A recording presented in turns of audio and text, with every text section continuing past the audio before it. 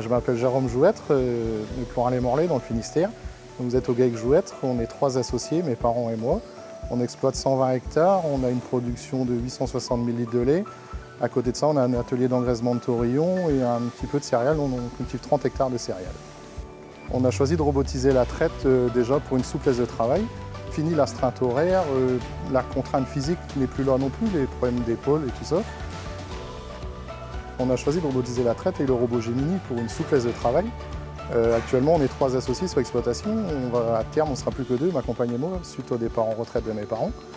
Et du coup, on voyait ça comme une évidence de robotiser tout ça parce qu'il va falloir faire face au manque de main-d'œuvre et aussi pour les contraintes physiques. Il n'y a plus de contraintes physiques, un travail beaucoup plus simple, beaucoup plus souple.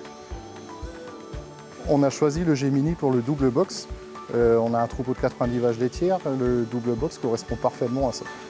Et c'est surtout la traite arrière qui nous a satisfait, qui nous a convaincus, car en salle de traite, on était déjà en traite arrière. Les vaches se sont super bien habituées et il y a beaucoup moins de risque de casse sur le matériel, car le bras ne prend quasiment pas de ruade, ou pour dire pas du tout. Ça nous convient parfaitement. Une journée type pour nous, c'est le matin, on arrive vers 7h30 dans l'étable. Première chose qu'on fait, on regarde la liste d'avertissement sur le robot, voir s'il y a des vaches en conductivité, on regarde tout ce qui est chaleur. Ensuite, du coup, on isole les vaches en retard, on les met dans le parc prison. Une fois que ça c'est fait, du coup, ma mère va s'occuper de soigner les veaux, donc leur donner à boire, elle s'occupe de tous les veaux. Mon père s'occupe de nettoyer le robot, de pailler les logettes. Et moi, je vais nourrir toutes les vaches, les génisses, les taurillons. Après, sur la journée, du coup, on a très peu de surveillance, à part avec notre téléphone, on jette un coup d'œil de temps en temps. Et même qu'on soit au champ, à distance, on vérifie tout ça. Et ensuite, le soir, on revient, on repasse encore les vaches en retard. Donc c'est souvent des fraîches vêlées qui ont du mal à venir au début.